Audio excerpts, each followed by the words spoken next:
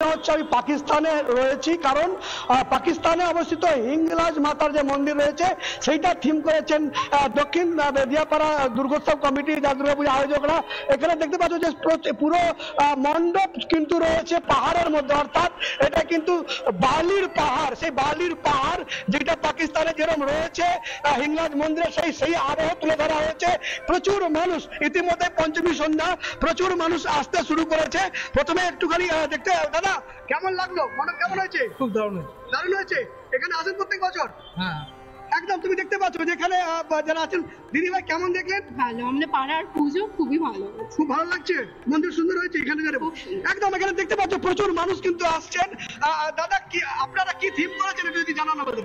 আমাদের এবার থিম হচ্ছে আমাদের সুদূর অখণ্ড ভারতবর্ষের অন্তর্গত ছিল যে সতীপীঠ, আমাদের যে সতী মায়ের যে মস্তক যেখানে নিমজ্জিত হয়েছিল, সেই বালুচিস্তানের হিংলাজ মন্দির, সেই মন্দিরটাকে আমরা এবার আমাদের থিম হিসেবে তুলে ধরেছি। বালির পাহাড় দেখতে পাচ্ছি আমরা। হ্যাঁ, পাহাড় গুহা, যেখানে মা তার ভেতরে পূজিত হচ্ছেন, পুরোটাই আমরা তো আর বালুচিস্তানে আমাদের মতো যাওয়া সম্ভব না। আমাদের যে পাকিস্তানে দুটো সতীপীঠ আছে, এখন আমরা সেটাই তুলে ধরতে চাই। একদম একদম। দাদা ঠিকই বলছেন যে আমরা অদ্ভুত সুন্দর লাগছে যে আজকে মা দুর্গার যেখানে আরাধনা চলছে, পঞ্চমী আজ, শক্তির আরাধনা, সেখানে অন্যতম সতীপীঠ পাকিস্তানে বালুচিস্তানে যেটা রয়েছে হিংলাজ মাতার মন্দিরকেই তুলে ধরা হয়েছে দমদমের বেদিয়াপাড়ায়। এবং তুলিকার কাছে আসি, হাতিবাগান নবীনপল্লী বরাবরই নজর কাড়ে প্রত্যেক বছর পুজোতে, এবারে তাদের থিমের চমক কি তুলিকা?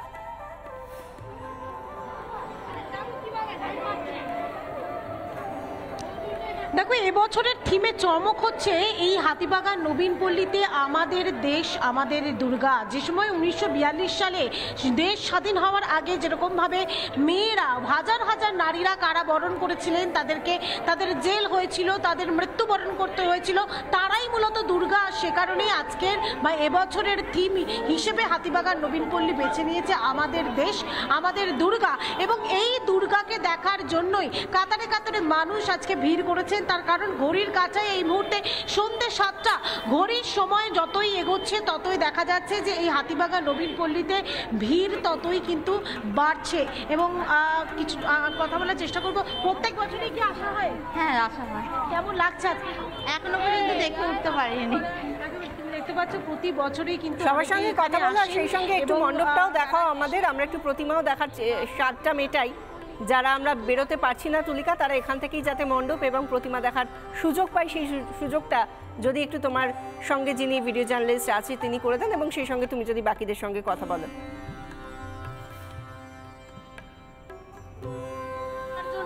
যে জায়গায় তুমি দেখতে পাচ্ছ এই মুহূর্তে, অমিতকে বলবে একটু ভিতরে যাওয়ার জন্য। এবং তুমি সেই ছবি দেখতে পাচ্ছ যেখানে আমাদের দেশ আমাদের দুর্গার যে থিম করা হয়েছে, যেখানে করেঙ্গে ইয়া মরেঙ্গে যে স্লোগান ছিল, যারা যারা যারা একসময় যারা স্বাধীনতা সংগ্রামী ছিলেন, আমি নিজে একটু চুপ করে সেই গান, সেই মুহূর্তটাকে একটুখানি দেখানোর চেষ্টা করি।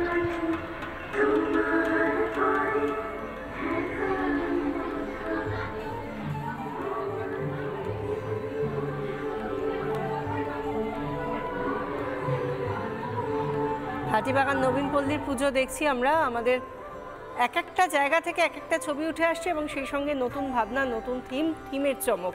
এর পাশাপাশি আমরা দমদমের কাছে, দমদমের বেদিয়াপাড়া, সেখান থেকে আমাদের প্রতিনিধি আনন্দমোহন রয়েছেন, তার সঙ্গেও কথা বলবো। আনন্দমোহন, বেদিয়াপাড়ায় এবারের পুজোয় কি দেখতে পাচ্ছ? পঞ্চমীর রাতে ভিড় কেমন এবং তাদের ভাবনাই বা কি?